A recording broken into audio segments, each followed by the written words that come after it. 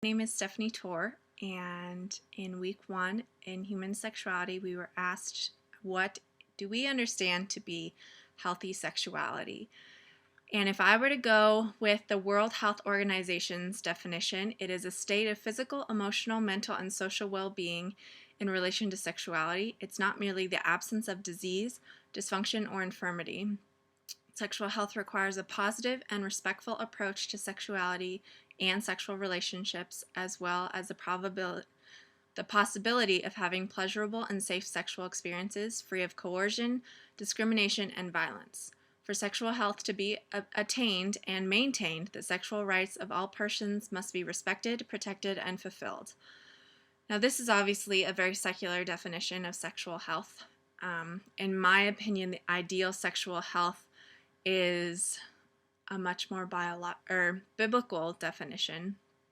It would be as God designed sexual health, which is involved in a monogamous relationship with ideally no previous sexual history, which is not found a lot in our society today. Most of the time, relationships hold a lot of sexual baggage, along with emotional baggage that comes along with that.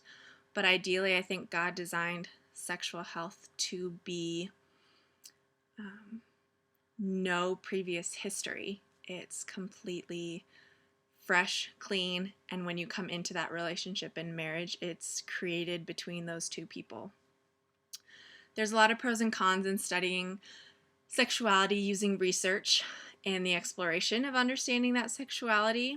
There's a lot of ethical issues that can pop up with studying sexuality. Carol, in her book Studies, mentions those that without getting the consent of the people that are involved in this study, you can't study them, and you have to maintain the confidentiality of those people.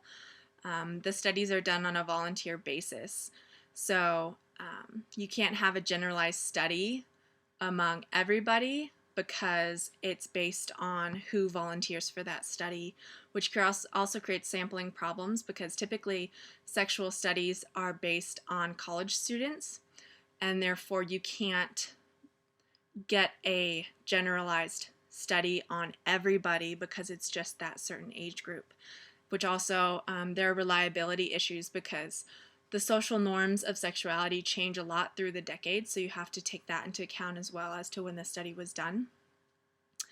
There are many differences in the presentation of healthy sexuality between what we read in our textbooks and between scripture.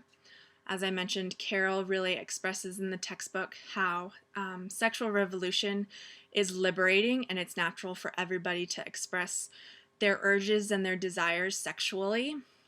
This is really seen a lot in our day and age, I would say, that it is extremely common for people to express themselves, to go out and experiment, and that's okay.